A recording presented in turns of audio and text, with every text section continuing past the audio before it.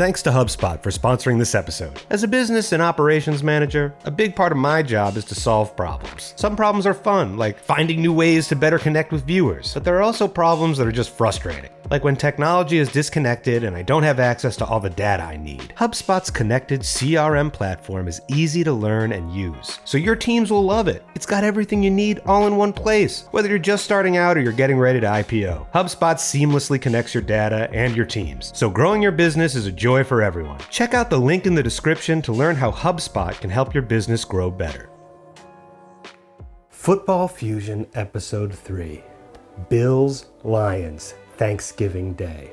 Two teams that wouldn't exist without the gracious hand of Ralph Wilson. May he be blessed. Rest in peace forever, our king. Today we are putting beef on Weck, Buffalo's traditional sandwich, with Detroit-style pizza, a style of pizza from Detroit. I'm very excited because I was challenged. I was gonna just do buffalo chicken Detroit-style pizza, but instead, I was challenged to go deeper, do something more about our roots, so we're gonna do a beef on Weck Detroit-style pizza.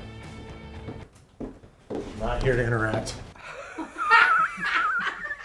The beef on Weck with the Weck roll, caraway seeds, horseradish sauce. It's gonna make for a delicious game day snack, and I can't wait to try it.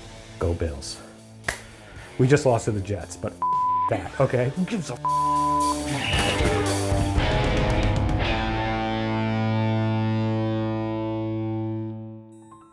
Like all great pizza recipes, this one begins with dough. We're combining 600 grams of bread flour, 4 tablespoons of dry yeast, and 14 grams of kosher salt. Whisk these around for about 30 seconds. This doesn't seem necessary, but apparently if you don't do this, you run the risk of not spreading the salt around and getting half your crust super salty and the other half not salty enough, so just get it all whisked nice. Then, from an appropriately theatrical height, drizzle 2 tablespoons of olive oil and some water. Once wet, you're going to want to start mixing all that stuff together. You can do this with your hands, but in an attempt to keep my hands clean for once, I use this wooden paddle. Add water as necessary. They're telling me it's supposed to be gloopy and sloppy. Now we're going to grab this wet dough, pull it, and plop it down. This may look like you're watching an adult man play in the mud.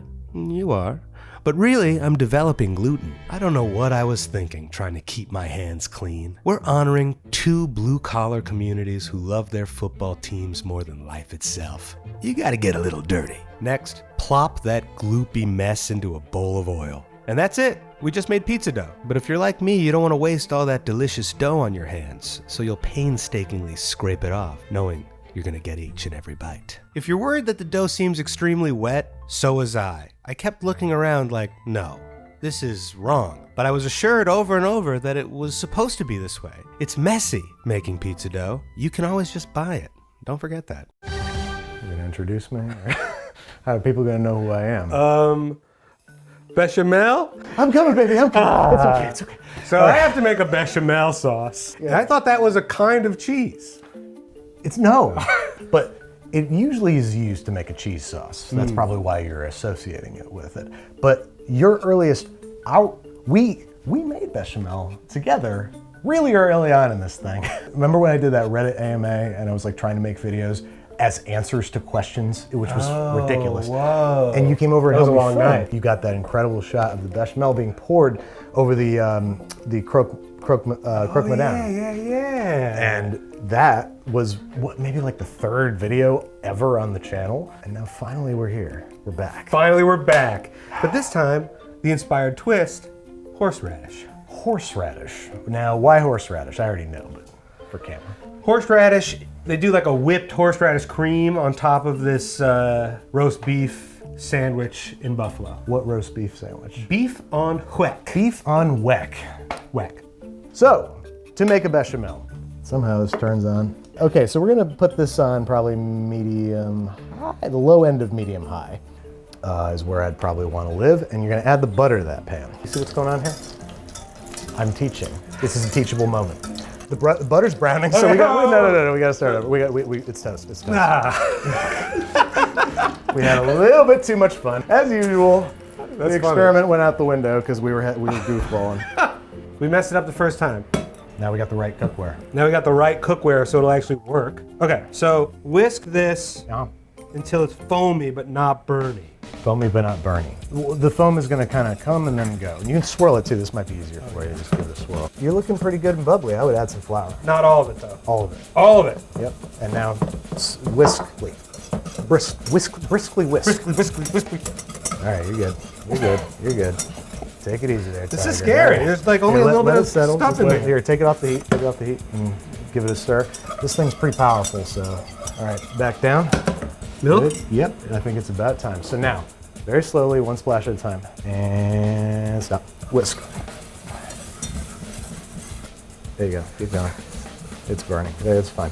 Keep going. Yeah, keep going. There you go. All right. Stop. Get that nice and smooth. We're shooting a television show, for God's sake. Sawyer. Yeah. This is TV. It's pretty great. You got there's some little lumps, but like you can strain this. It'll be super smooth. I mean, that looks fantastic. You really? Feel good about yourself? I don't know. I don't know. You should feel good about yourself. That looks right? Yeah, it's bubbling a lot because this thing is hot. So now I would probably strain it into something and then add the horseradish. Great. Is what I would do. That's only half the horse. It does mellow out the horse. You can go whole horse. Yeah. That's good. Great. My knife skills have been maligned, so we're gonna try and do it right this time. Using the pinch, holding like this, not having my fingers dance about the blade, tucking the fingers away, right? Way to go, the claw. Right, the claw. Whoa. This is exactly how you use a knife. Look at me now, cutting the cheese.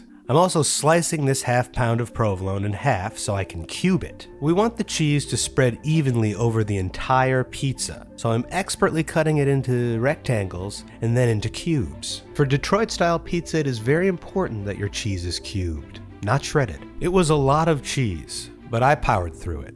Don't call me a hero. The real heroes are the teachers, the social workers, Rachel. Now, to put this pizza together, start by generously oiling up a baking pan. There are specific Detroit-style baking pans, maybe next time. Once the dough has sat in the fridge basically all day, it'll be way less wet because the flour absorbs all the extra liquid. This felt like what I thought dough felt like, if that makes sense. Thankfully, Rachel made a little extra dough. We're making a big pizza today, my friends. We really had a devil of a time with this. You gotta push the dough into the corners of the pan, and sometimes it just doesn't want to go. Andrew came in to help poke. We had a blast, but it didn't work, so we waited. 15 minutes, covered. They tell me it took so long because it was cold, so if you're not in a hurry, maybe leave it out for a little while, let it warm up. Ah, finally. Now top it with caraway seeds. Delicately lay your thinly sliced roast beef in the middle of the pizza. Then I'm dumping this provolone cheese all over the top. Use all the cheese you want.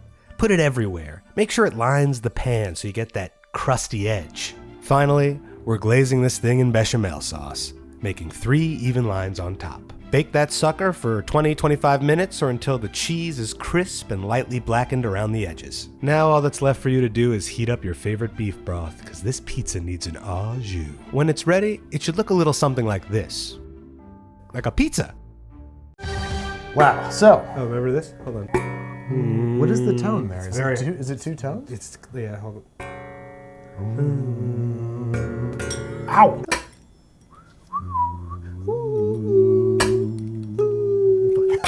All right. You made pizza. We made pizza! Okay, I'm gonna try and get it out. All right. Right? Your funeral. This is how you do this, right? He did it. It's really heavy.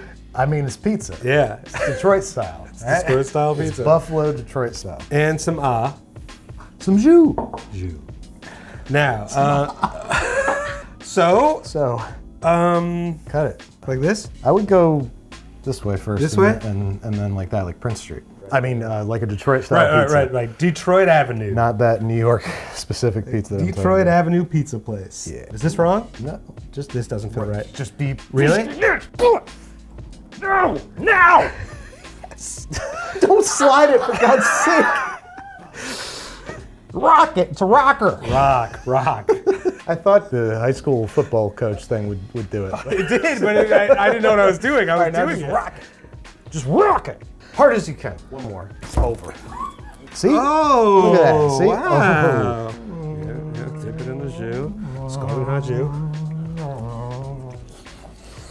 Like my racing noise. That's really good. That's good. It tastes like a beef on weck. Yeah. A bit. It really does. Yeah. I swear. It really I does. promise. Yeah, the caraway gives it a nice little Different. rye kick. I've never had caraway on a pizza Yeah. in my life. Yeah, this is good. It retains the beef on weck ethos. Tastes like that. And and it's pizza. It's unequivocally Detroit style pizza, but it's a beef on weck just the same. Oh, thank you. Oh. Hey, all right. I just drooled. Drooled. That's a good review if I've ever seen one. Yeah, I just involuntarily. Ugh, it's great. Hey, it's fun. It's good. It's game day ready. Thanks for doing this. Yeah, this was a fun idea. You know, a little horseradish bechamel. You can get it ready the day before. You can get the pizza, the dough all ready, so you can just throw the stuff on there. Boom. Boom. Boom. Boom. Happy Thanksgiving, guys. Happy Thanksgiving. Thanks again to HubSpot for sponsoring this episode. HubSpot's CRM platform brings together your customer data into a single source of truth so that all of your teams are on the same page, from sales and marketing to customer service and operations. And with over 1,000 integrations and tons of content and resources, HubSpot has everything you need to help you reach your goals. Best of all, it's free to get started. Just head to the link in the description to get started with HubSpot.